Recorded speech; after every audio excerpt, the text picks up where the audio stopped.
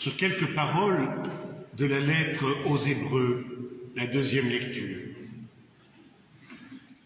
Jésus, qui a été abaissé un peu,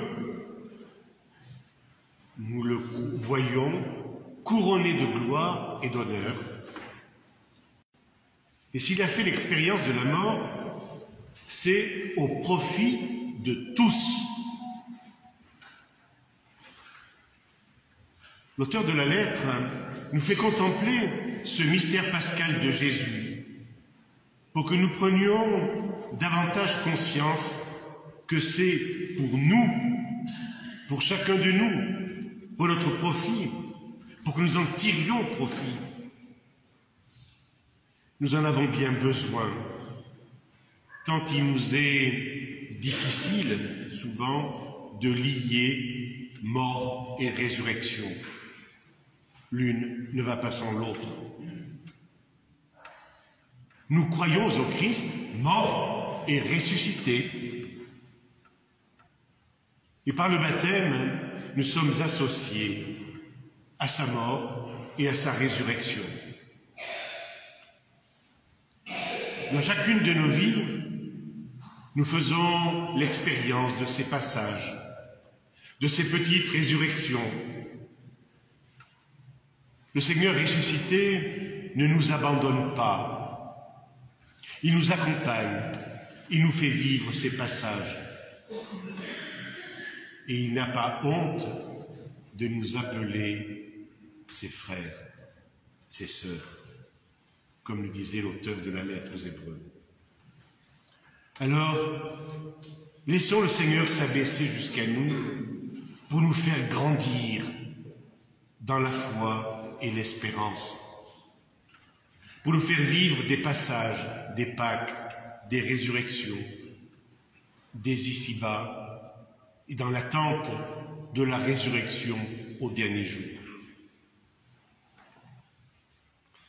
Et dans l'Évangile, Jésus nous renvoie au commencement. Au commencement rapporté par le livre de la Genèse, au commencement de la création. Dieu fit l'homme, il le fit homme et femme. À cause de cela, l'homme quittera son père et sa mère, il s'attachera à sa femme, et tous deux deviendront une seule chair. Nous avons entendu cette parole dans la première lecture, tirée du deuxième chapitre de la Genèse. Et nous nous souvenons que dans le premier chapitre, pour les 5 premiers jours de la création, le Seigneur vit que cela était bon. Et au 6e jour, que c'était très bon. Ces paroles nous font penser à une bénédiction. Et nous avons retrouvé une bénédiction à la fin du passage d'évangile de ce jour. Laissez les enfants venir à moi. Jésus les embrassait et les bénissait en leur imposant les mains.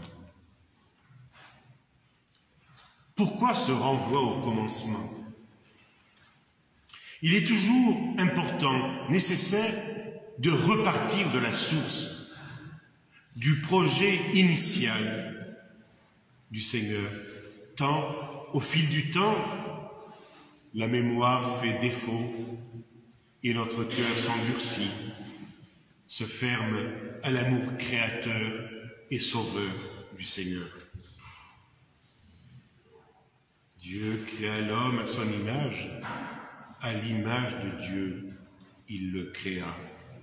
Et Dieu vit que cela était bon. Et voici, cela était très bon. Si Jésus, dans le passage d'évangile de ce jour, nous demande de ressembler à des enfants, n'est-ce pas parce que les enfants savent s'émerveiller à l'image de Dieu qui, contemplant la création, proclamait que c'était très bon?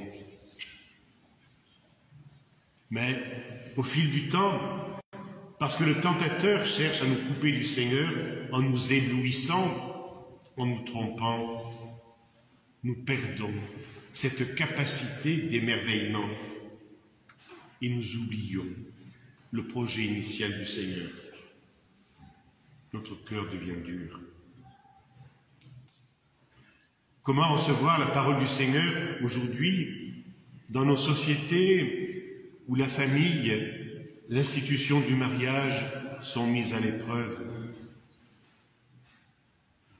N'oublions pas que Jésus n'est pas venu pour condamner, il est venu pour sauver les personnes créées à l'image, à la ressemblance de son Père.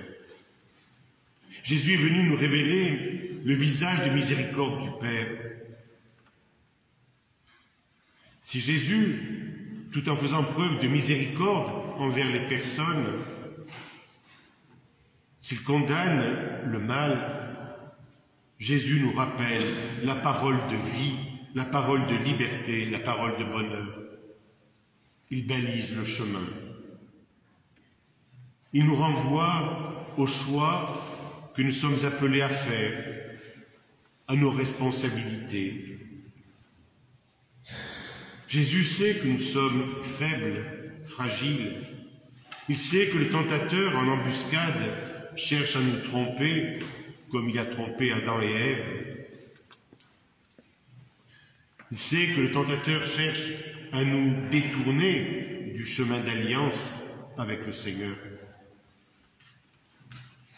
C'est pour cela que Jésus nous appelle à être avec lui, à rester en communion avec lui, à nous nourrir de sa parole, à nous nourrir de son corps, le pain de vie.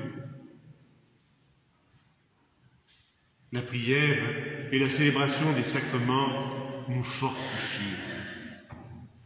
Prenons appui sur la promesse du Seigneur, sur l'allégorie de la vigne. Je suis avec vous jusqu'à la fin des temps. En dehors de moi, vous ne pouvez rien faire. Rester en communion avec Jésus, c'est aussi rester en communion avec les autres membres de son corps ecclésial. Nous l'avons chanté au début de cette messe. Le baptême a fait de nous les membres du corps de Jésus. Nous avons besoin les uns des autres pour avancer, pour nous encourager, pour nous soutenir respectueusement et fraternellement. C'est la raison d'être de toutes ces équipes, de tous ces mouvements d'Église, en particulier ceux liés à la pastorale familiale, centre de préparation au mariage, équipe Notre-Dame, et bien d'autres. En contemplant Jésus vivant sa mission jusqu'au bout, pour notre profit, nourri de sa parole et de son corps, comblé de ses bénédictions, du don de l'Esprit Saint, nous pourrons avancer sur les routes de l'Alliance.